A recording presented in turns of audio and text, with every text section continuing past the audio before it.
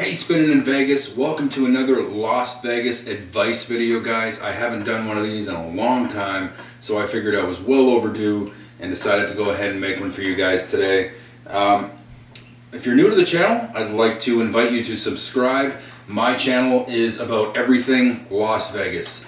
So if you like to play the slots, I got a lot of slot live plays up there. In addition, I also have a lot of vlogs in Vegas. So if you check out my Las Vegas Journey episodes, you'll see me walking around Vegas, visiting different locations, hotels, restaurants, casinos, stuff like that. A lot of people get a lot of great advice in these videos, and you might very well enjoy them. I also do videos like these, advice in Las Vegas, different things that you can find on the channel. Just a whole healthy dose of everything Las Vegas to be found on the channel. I'd like to welcome everybody to my Facebook page. I had one before, I removed it. I decided to go ahead and bring the page back up. I'm going to be having a contest that's going to be announced in the coming week, and it's going to be exclusive to Facebook. So the contest will take place on Facebook, so you have to go over to the page and like the page. You can get a head start on that by clicking right here, facebook.com/spinning in Vegas. So make sure, I will drop a link in the bottom too in the description so you can easily click on the link without having to type it in. So just go over there, drop a like to the page, and details for this contest will be released in about a week. Okay, so guys, as you can tell from the title of the video, 10 things to avoid in Las Vegas. Don't make these mistakes. So I've been to Vegas quite a few times now, and I like to think that I have a pretty good idea on how things can go wrong and mistakes that you might want to avoid. So I have a nice list here that I compiled for all of you, and I'm hoping this helps you in your future visit to Las Vegas. So number one, do not book rooms directly with the casinos or the hotels. Most times, 90% of the time, if you call a casino or a hotel and try to book a room, you are going to get the hotel rate, which is going to be the highest that you will find anywhere. I would recommend going to places like Vegas.com, which offer just 50% of what you're going to be quoted at the property itself. That's no joke. You can find rooms for 50% off on Vegas.com. I've seen deals as low as $20 a night on the Strip. This will be at places like the Flamingo, which are not going to be the highest end places on the Strip. However, they are in the heart of the Strip. It's in a great location, and for 20 bucks a night, you really can't complain too much. So Vegas.com is a great place, LasVegas.com, Viator.com. You could do a lot of research on the internet, even like Expedia, Booking.com. All this stuff is great for booking these rooms and getting a heck of a better deal than booking directly with the hotel. So do not make that mistake. This obviously wouldn't apply to someone who's getting a comped room directly from the hotel casino. You might have a slot host and they might be giving you rooms for free. In that case, you wouldn't really have to worry about this one. This brings us to number two. Buying tickets at full price. Oh, I made this mistake on our very first trip to Las Vegas, and I could have saved myself at least $500 if I would have taken my own advice that I'm about to offer here. So a lot of times you'll go to a casino or a hotel, let's take Bellagio for example, and you'll want to go see Cirque du Soleil. Oh, so you go to the hotel, you go to the desk, you buy tickets, you and your significant other, and you watch the show, only to find out an hour later that you could have got the tickets for half price. Again, don't book it, don't buy directly, and don't buy it full price. There are places on the Strip, there are little booths called Tix for Tonight. They also have a website called tixfortonight.com, and you can buy them directly there. We've saved up to 80% on shows by booking directly with Tix for Tonight, and guys, like I said, I could have saved so much money. Also, Viator.com and Vegas.com also have amazing deals on shows in Vegas, on different attractions, and tons of other stuff. You really don't want to make the mistake of buying those tickets at full price. Even secondhand tickets. Sometimes people buy tickets, they decide to change their mind. You can go on Craigslist, take a look and see what's on there. Although I will say that there are scammers out there who sell fake tickets, so buyer beware. But it is an option because there are honest sellers out there, and you can score some great deals on tickets. For example, we booked Matt Franco. There was 5 of us. There was me, my wife, 2 children, and my mother. So 5 people. Regular price tickets. Remember, we got 3 VIP tickets to go in the back and meet Matt Franco. And the regular price would have been right around $1,000 for our seats with the VIP ticket as well. And we ended up getting that for $600. So we saved 40% going through an online service rather than booking directly with the hotel. So that's another mistake that you will want to avoid. Number 3, booking the cheapest hotel. Oh, I hear this all the time with my channel. A lot of people say, well, I'd love to stay at the Cosmo, but I really don't want to spend $250 a night. I'd rather spend $150 a night and stay at, let's say, the Luxor or the Stratosphere or somewhere off the Strip. I understand that everybody works within a budget. Not everybody does Vegas the same, and I completely respect that. And props and kudos to those people who do Vegas their way. Here's the problem with booking the cheapest hotel. Let's say you book at a place like the Stratosphere at $100 a night or cheaper, as opposed to paying, let's say, $200 a night at the Cosmopolitan or somewhere like Paris or Palazzo. You're so far from everything. So let's say you're at the Stratosphere, you want to visit the heart of the Strip. Well, you're talking a $10 cab ride. If you're off the Strip, you're talking $20 cab rides to visit the Strip every time. So if you take a cab to the Strip and back from an off-Strip property, you're looking at least $40 just in cabs. So if you're paying $100 a night as opposed to $200, well, your cabs will bring it up to $140. Here's another thing: restaurants. If you're at a place that doesn't have a restaurant, you now have to walk or pay a cab or Uber, Lyft, or whatever service you're using to get to said restaurant. Or maybe you want to visit a show.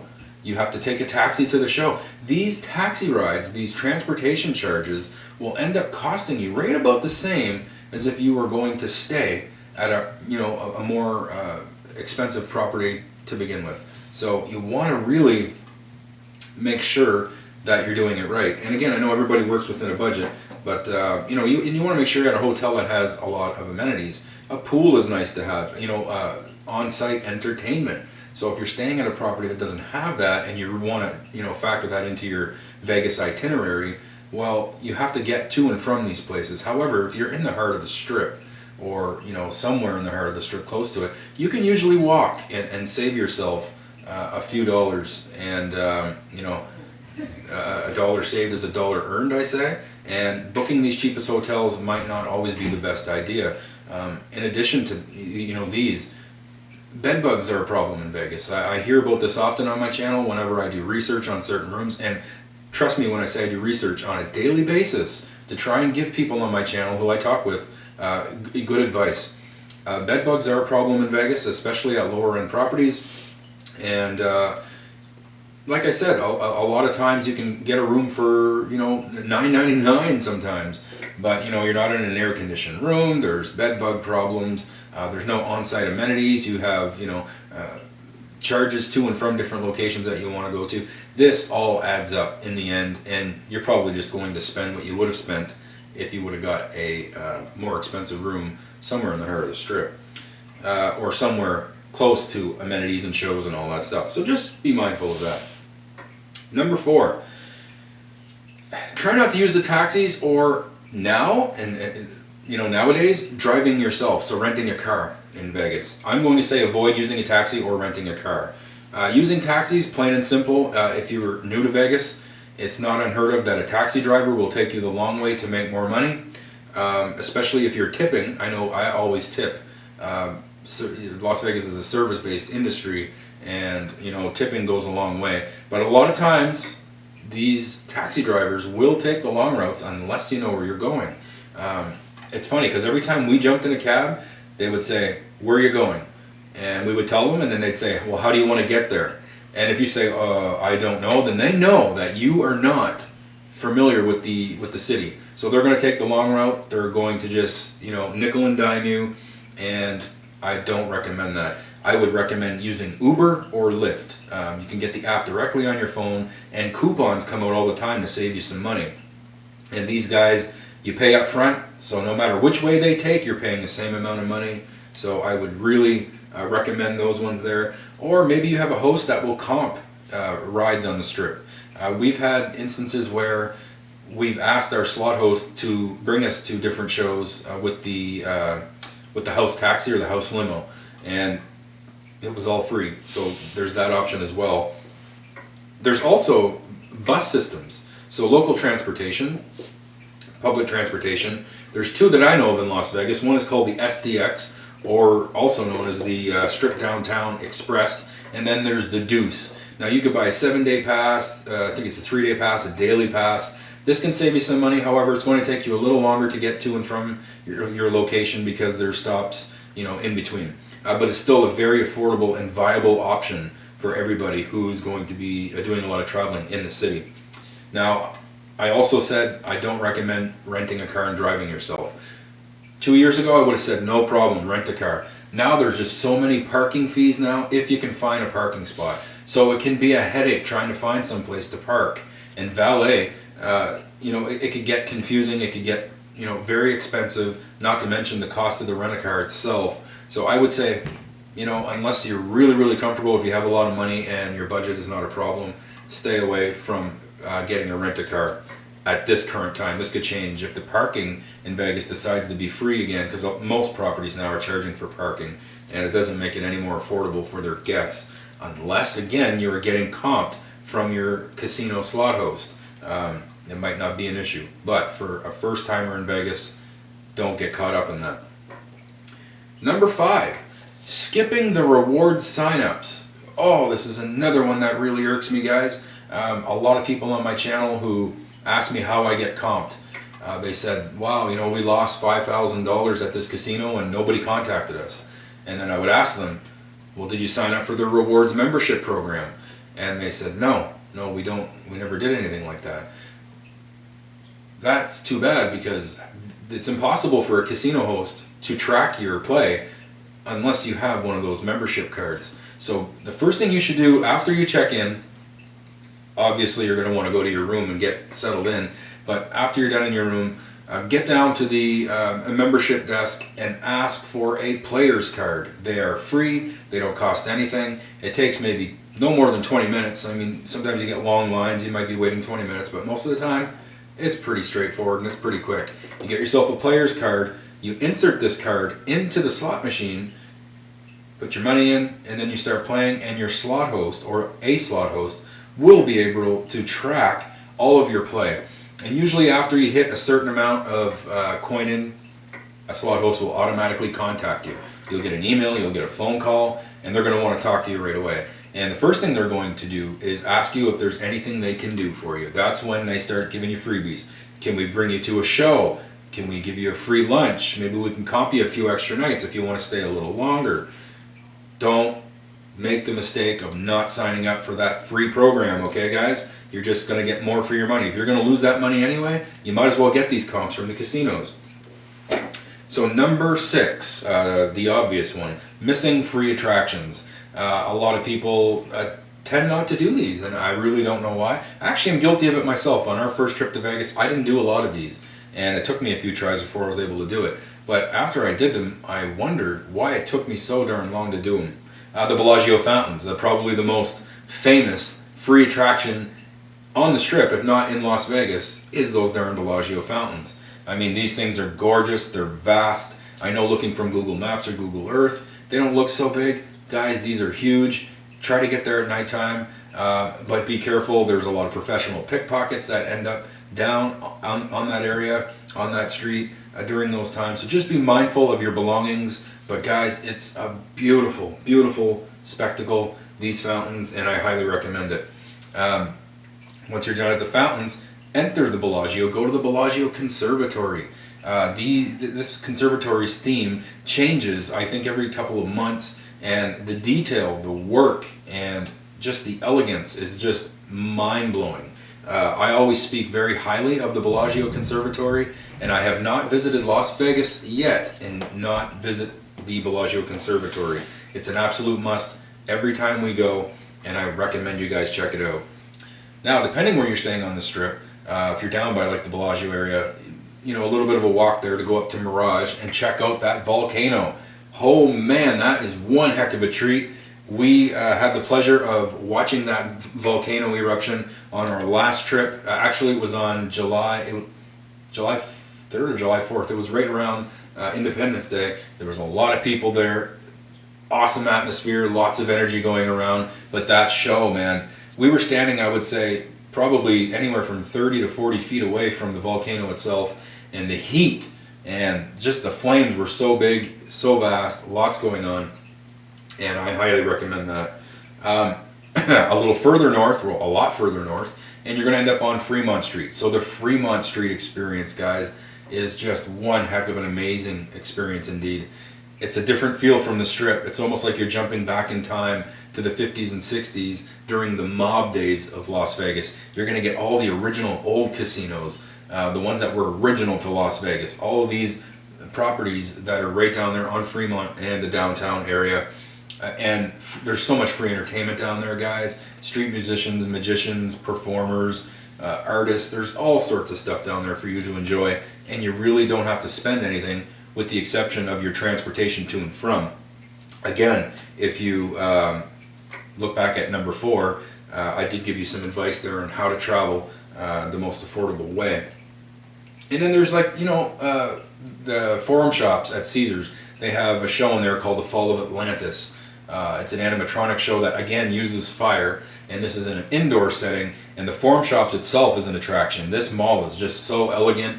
They have a ceiling that looks like you're outdoors. Well, most malls in Vegas have this ceiling overhead that looks like the sky, so you don't feel so claustrophobic. But that Fall of Atlantis show is fantastic, and just the overall elegance of the Forum Shops, beautiful. And then you have, the attractions outside of Las Vegas, such as the Hoover Dam, the Grand Canyon, Red Rock, Valley of Fire, all this stuff.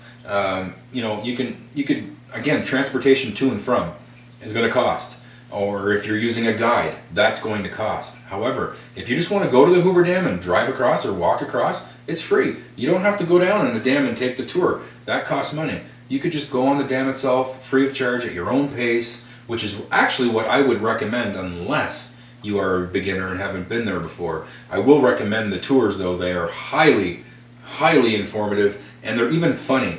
We booked the Hoover Dam Express tour when we visited the first 2 times. And guys, it's fantastic. I have nothing bad to say about them. But after being there a couple times, if we go again, it's going to be at our own pace in a rental car, actually. That would be the only instance in which I would rent a car. So number 7, don't only explore the Strip. Las Vegas is a big and beautiful place. Like I said, the Hoover Dam, the Grand Canyon, you have Mount Charleston there, Red Rock, Fremont Street. There's so much outside of the Strip that's there for your entertainment, and you might just learn a little bit of the culture of the city and the state, and even the country as a whole. You don't have to stay on the Strip, even though it's a beautiful place. I love the Strip.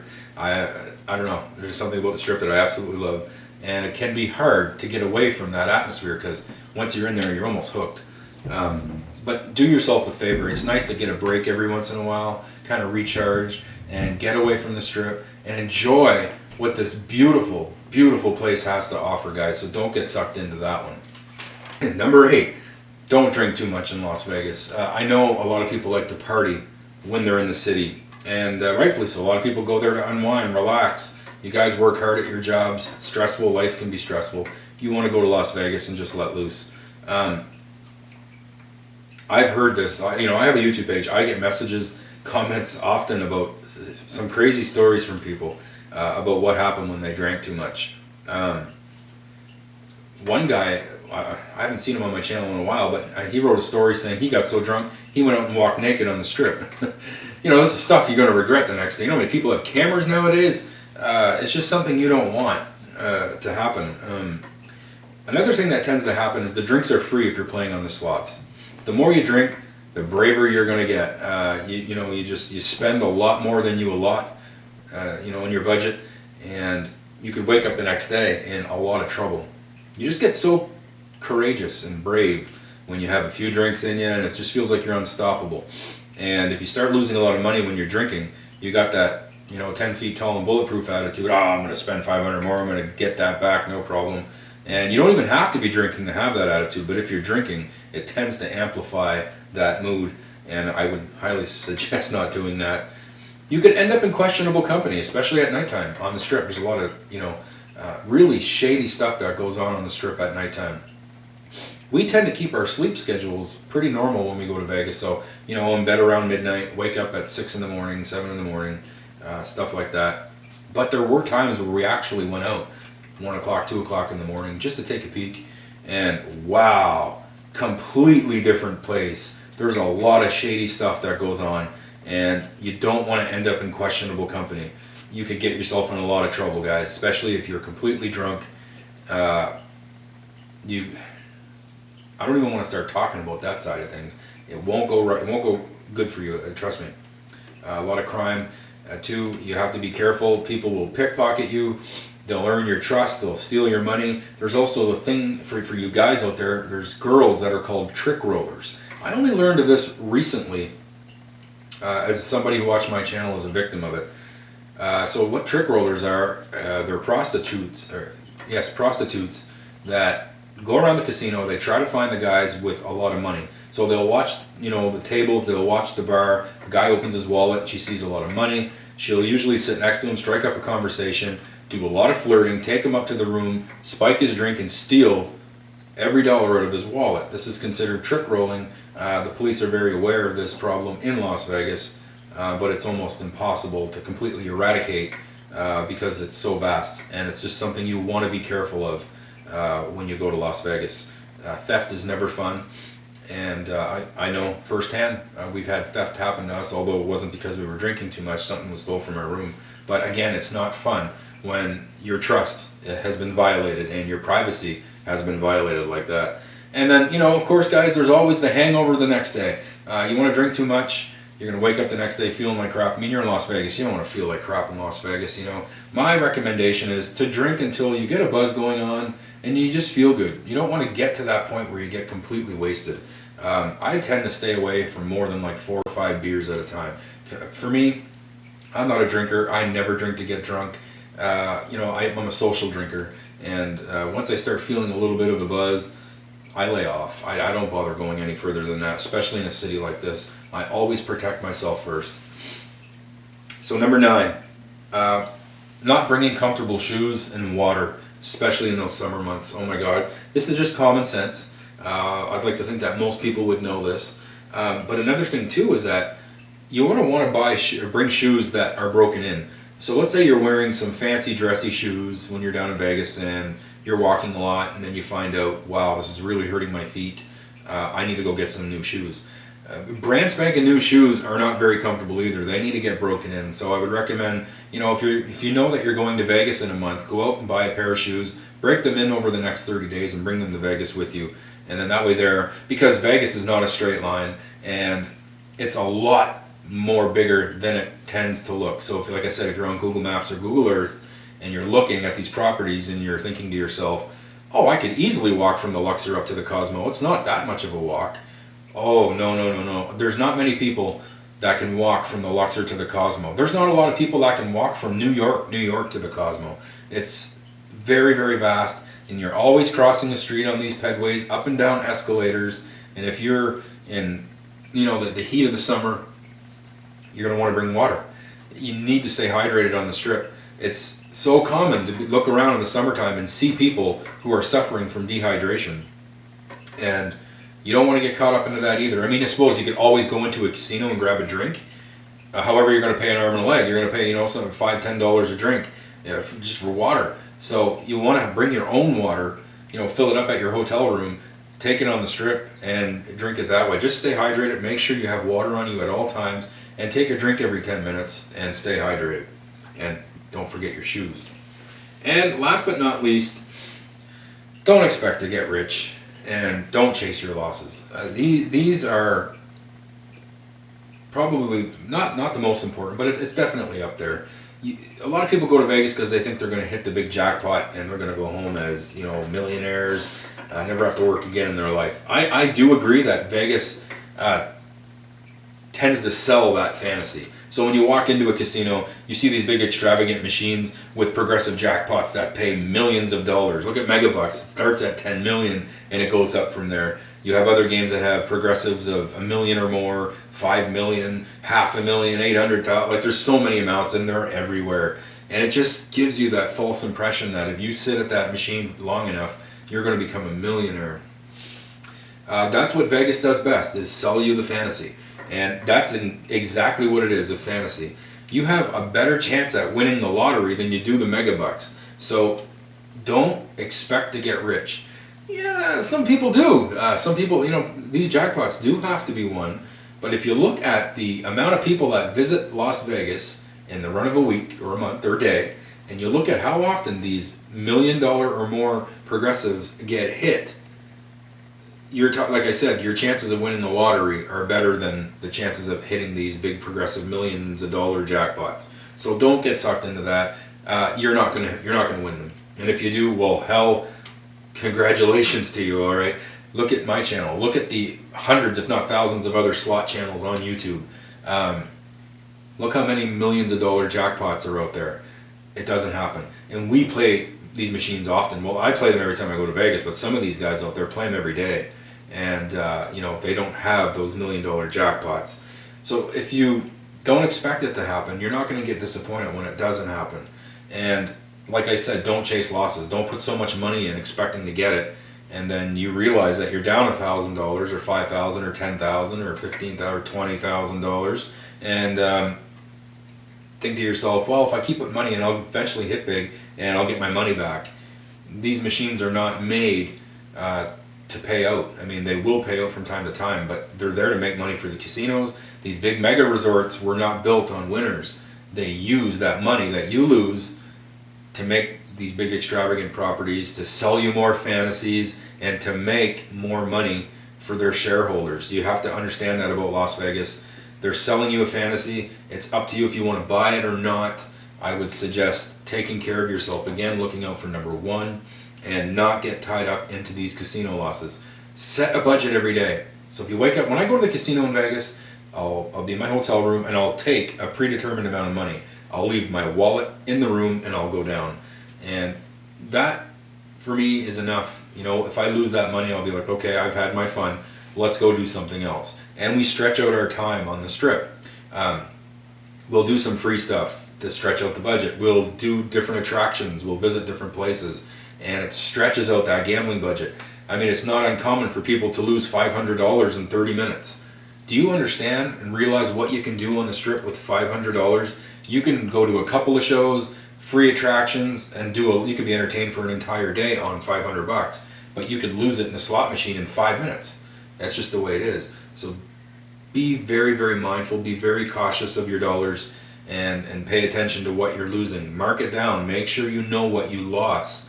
You don't want to lose $500, win $200, lose 100, win 300, lose it all, and then at the end of the day you're like, I think I only lost $200 in the casino, but when you really look at it, you realize you lost a lot more. So that's it, guys. 10 reasons there, 10 mistakes to avoid in Las Vegas. I hope these 10 things can help you guys in your future trip. And again, if you have anything to add to this video, so if there's things that you think that people should avoid in Las Vegas, especially for their first time, I want you to write them down below. I want people to come here and learn from the people who comment on my videos often. This is what this channel is. We are a family helping people, helping each other, stuff like that. So comment below what you think people should avoid in Las Vegas, especially during their first time.